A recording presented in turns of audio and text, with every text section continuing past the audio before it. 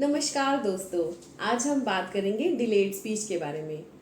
Delayed speech बहुत common problem हो गई है। बच्चा 2 साल का हो गया है, 2.5 साल का हो गया है, लेकिन बात ही नहीं कर रहा। आज हम डिस्कस करेंगे कि हम कैसे जानें कि क्या हमारे बच्चे की स्पीच डिलेड है या ये नॉर्मल है। अगर आपका बच्चा 12 महीने का है और वह अभी तक चीज़ों की तरफ पॉइंट नहीं करता, जैसे कि अगर उसको दूध चाहिए तो वो बॉटल की तरफ पॉइंट नहीं करता, अगर उसको बाहर जाना है तो वो बाहर की तरफ पॉइंट नहीं करता, मतलब कि उसको जेस्टर्स यूज करने नहीं आते, उसको पॉइंट करना नहीं आता चीज़ों की तरफ, जो कि एक नॉर्मल 12 महीने का बच्चा करता है, तो ध्यान दीजिए। बच्चा अगर 18 महीने का हो गया है लेकिन अभी भी अगर उसको कोई चीज़ चाहिए तो आवाज़ ना इस्तेमाल करके सिर्फ जेस्चर्स ही इस्तेमाल कर रहा है, मतलब कि वो सिर्फ पॉइंट ही कर रहा है चीज़ों की तरफ, फिर वही दूध की बोतल की तरफ पॉइंट कर रहा है और बाहर जाना है तो बाहर की तरफ पॉइंट कर रहा है, कोई शब्द इस्तेमाल नहीं कर रहा, कोई वर्ड इस्तेमाल नहीं कर रहा। तो ध्यान दीजिए, आप उसको कोई वर्ड सिखाते हैं। 18 महीने का बच्चा है, आप उसको कोई राइम सिखाते हैं, आप उसको कुछ वर्ड सिखाते हैं, जैसे आप उसको बा बा ब्लैक शिप पॉइंट सिखा रहे हैं, तो वो बदले में आपके पीछे वो वर्ड्स को इमिटेट नहीं कर पाता, यानी कि बा बा, बाबा या मामा, डाडा, पापा, इस तरह से आपके वर्ड्स को इमिटेट नहीं कर पाता। तो ध्यान दीजिए, 2 साल के बच्चे की 50% से ज्यादा बातें अंडरस्टैंडेबल हो जाती हैं बाहर वालों के लिए, और अगर वो 3 साल का है तो 75% बातें घर वालों की बात नहीं है, जो पेरेंट्स की बात नहीं है। माँ अपने बच्चे की सारी बात समझती है, इशारों की बात भी समझती है, लेकिन अगर आपका बच्चा, जो बाहर के लोग हैं, वो आपके बच्चे की कितनी परसेंट भाषा समझ सकते हैं, यानी कि अगर 50% भाषा समझ सकते हैं या 75% भाषा समझ सकते हैं, तो ध्यान दीजिए, अगर आपका बच्चा 4 साल से ज्यादा है तो उसकी पूरी भाषा, उसकी पूरी लैंग्वेज बाहर के लोगों को समझ आनी चाहिए। 2 साल का बच्चा सिर्फ अपनी जो उसकी ज़रूरतें हैं, जैसे कि उसको दूध चाहिए या उसको मामा चाहिए, तो उनके अलावा भी वो वर्ड्स बोलता है। अगर वो सिर्फ उन्हीं अपनी ज़रूरत के अलावा अपने वर्ड्स को नहीं बोल पाता, जो कि एक कम्युनिकेशन है, दो बच्चों के बीच की बातें हैं या मम्मा के साथ कुछ कन्वर्सेशंस हैं, अगर वो नहीं कर पा रहा है अभी भी 2 साल के होने के बाद भी, तो ध्यान दीजिए, ये स्पीच डिले है। बच्चे की स्पीकिंग स्किल्स में, कम्युनिकेशन स्किल्स में पेरेंट्स का बहुत बड़ा हाथ रहता है। तो एज पेरेंट्स हम अपने बच्चे की स्पीच इम्प्रूव करने के लिए, अगर उस बच्चे को डिलेड स्पीच डायग्नोस होता है तो उसको इम्प्रूव करने के लिए पेरेंट्स क्या कर सकते हैं, आज मैं इसके बारे में आपको कुछ टिप्स और कुछ स्टेप्स बताती हूँ। सबसे पहला जो काम एज पेरेंट हमें करना है वो है अपने बच्चे के साथ बात कीजिए, बच्चे के साथ बोलिए, बच्चे के साथ गाइए। जितनी भी देर आप बच्चे के साथ रहते हैं, आप पूरा टाइम बच्चे के साथ बात करते रहिए। जैसे कि आप बच्चे को बाहर लेकर जाना चाहते हैं, आप बच्चे को पार्क में लेके जाना चाहते हैं, तो बजाय कि आप उसको सिंपली आप उस बच्चे को तैयार करते हैं और उसको ले जाते हैं, आप जैसे बच्चे का नाम जॉनी है मानिए, तो उसको बोलिए जॉनी अब हम बाहर जाएंगे, अब हम पार्क चलेंगे।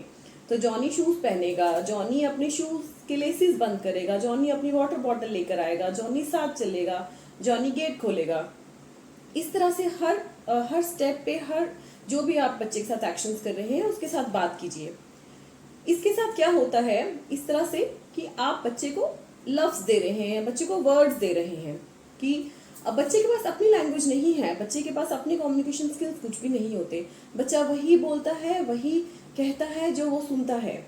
जो दूसरी चीज हमें करनी है वो है हमें बच्चे के साथ रीडिंग करनी है। बच्चे, हर एक बच्चे का एक अटेंशन का एक टाइम होता है, जैसे कि बहुत सारे बच्चे हैं वो रात को सोने के टाइम पे बहुत अटेंटिव होते हैं, अपने मम्मी पापा से जो मम्मी पापा कह रहे होते हैं उनकी बात को बहुत ध्यान से सुनते हैं। तो हमें हमें सब, हर किसी को पता होता है कि हमारे बच्चे का सबसे ज्यादा अटेंटिव जो हमारी बात सुनने का टाइम है वो कौन सा है। मान लीजिए कि वो रात है जब आप बच्चे को सुलाते हैं, तो आप बच्चे को बुक रीड कराइए। बुक रीड कराने से क्या होता है, बच्चे की कोई फेवरेट बुक्स हो जाती हैं, तो वो बच्चा उसी बुक को बार बार रिपीटेडली सुनना चाहता है, उसमें वो खो जाता है, उसको वो इमेजिन करता है। तो जैसे आप रीड कर रहे हैं उसके जैसे कुछ राइमिंग वर्ड्स होते हैं, जो एंड के कुछ वर्ड्स होते हैं वो बच्चे को मेमोराइज हो जाते हैं। तो आपने उन वर्ड्स को छोड़ देना है। क्या वो कंप्लीट कर पाता है, क्या वो अटेंशन देता है, क्या वो सुन रहा था, या एक वर्ड गलत पढ़ दीजिए, एक लाइन गलत पढ़ दीजिए, या उसकी एंडिंग है उसको चेंज कर दीजिए। देखिए क्या वो बच्चा उसको करेक्ट कर पाता है, क्या वो सुन रहा था, क्या वो कैच कर रहा था। ये उसकी उसकी कम्युनिकेशन स्किल डेवलप करने में बहुत अच्छा हेल्प करता है। जब भी आप बच्चे को कहीं बाहर लेकर जाते हैं, मानिए कि आप उसको ग्रोसरी स्टोर लेकर जाते हैं, आप उसको शॉपिंग लेके जाते हैं, तो पूरा टाइम आप बच्चे से बात करते रहिए। बच्चे से कहिए चलो अब हम ये खरीदते हैं, अब ये हमने ये लिया, अब हम ये किया, अब हम ऐसे करेंगे, अब हम क्या करेंगे, इस तरह से। लेकिन ध्यान रखिए आप कभी भी बेबी वर्ड्स इस्तेमाल मत कीजिए। जैसे कि स्टार्टिंग में कैसा होता है, जब बच्चा जस्ट अभी बोलना सीखता है तो वो कुछ वर्ड्स को गलत बोलता है। जैसे पानी है, पानी को मई या बई एनीथिंग कुछ भी वो बोलता है, तो आप उसी तरह से हम वर्ड्स को रिपीट करना शुरू कर देते हैं कि वो हमें आसान लगता है कि बच्चा इस चीज़ को ये बोलता है तो हम ये बोलेंगे, तो बच्चा जल्दी से समझ जाएगा हम किस बारे में बात करें। नहीं, ऐसा नहीं करना है। हमें उस चीज़ को, जैसे पानी है उसको पानी ही कहना है, तो बच्चा धीरे धीरे करेक्ट करता है और उसकी राइट प्रोनाउंसिएशन सीखता है। हमें कभी भी बेबी वर्ड्स इस्तेमाल नहीं करने। जो सबसे इम्पॉर्टेंट चीज़ है वो ये है कि हम जब भी बच्चे से बात करते हैं या जब भी हम कम्युनिकेशन या कुछ भी हम एक अटेंशन कुछ भी क्रिएट करने की कोशिश कर रहे हैं, तो जो बैकग्राउंड नॉइज है या बैकग्राउंड डिस्ट्रैक्शंस हैं उनको कम से कम कीजिए। कि आसपास का कोई म्यूजिक चल रहा है वो कम कर दीजिए, आसपास कोई शोर है, या किसी साइलेंट कमरे में बैठिए जब आप बच्चे के साथ कुछ बात करना चाहते हैं। जो सबसे बड़ी गलती एज पेरेंट्स हम करते हैं वो ये है कि हमें लगता है कि हमारा बच्चा टीवी से लैंग्वेज सीख रहा है, हमारा बच्चा यूट्यूब या किसी ऐसे स्क्रीन से कुछ चीजें सीख रहा है। बच्चे सीख भी जाते हैं, बच्चे जैसे एबीसी की वीडियोस देख रहे हैं, काउंटिंग की वीडियोस देख रहे हैं, तो वो चीजें सीख जाते हैं। लेकिन वो एक रिकॉर्डेड लैंग्वेज है, वो एक स्क्रीन लैंग्वेज है। बच्चा जो कम्युनिकेशन सीखता है जब हम एक्चुअली बच्चे से बात करते हैं तब सीखता है। ये हम मिस्टेक कभी भी ना करें कि हम चाहें कि बच्चा हमारा टीवी से कुछ चीजें सीख ले। तो अगर वो रियल लाइफ में चीजें कोई सिचुएशंस फेस करता है तो वो कम्युनिकेट नहीं कर पाएगा।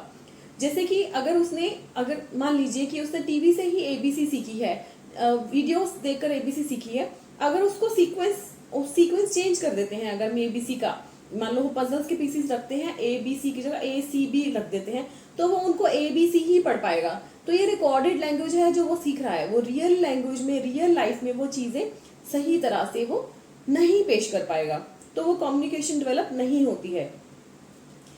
एक चीज है जो बहुत अच्छा काम करती है वो है वर्बल रूटीन्स। वर्बल रूटीन्स का क्या मतलब है, जैसे कि बच्चा पार्क जाने के लिए रेडी हो रहा है या बच्चा कहीं कुछ भी करने के लिए तैयार हो रहा है, तो हम उसको बोले रेडी स्टेडी गो, राइट। तो वो जैसे ही वो काम वो करने लगेगा वो बोलेगा रेडी स्टेडी गो। जैसे कि हम पार्क में बच्चे को झूला झुला रहे हैं तो हम उसको बोलेंगे hey push like this. You can use any of these verbal routines, right. एक एक्सरसाइज है यूज ऑफ स्ट्रॉ। बच्चे को ग्लास से पानी पिलाने के साथ साथ या जैसे फीडर से सकिंग सिखाते हैं उसके साथ साथ स्ट्रॉ यूज करना सिखाइए। जैसे बच्चा सक करता है कुछ भी, उसके साथ उसके जो ओरल मसल्स हैं वो डेवलप होते हैं और इससे जो है उसके वर्बल स्किल्स इंप्रूव होते हैं। एक ट्रिक और है जिससे आप बच्चे को बात करने के लिए मजबूर करते हैं। मजबूर नहीं करेंगे, हम उसको टेम्प्ट करते हैं। जैसे कि उसकी जो पसंदीदा चीजें हैं, जो उसकी रिक्वायरमेंट की चीजें हैं, जैसे कि उसकी फीडर है उसको उसकी अप्रोच से बाहर रख दीजिए, उसका जो पसंदीदा टॉय है उसको हाइट पे रख दीजिए।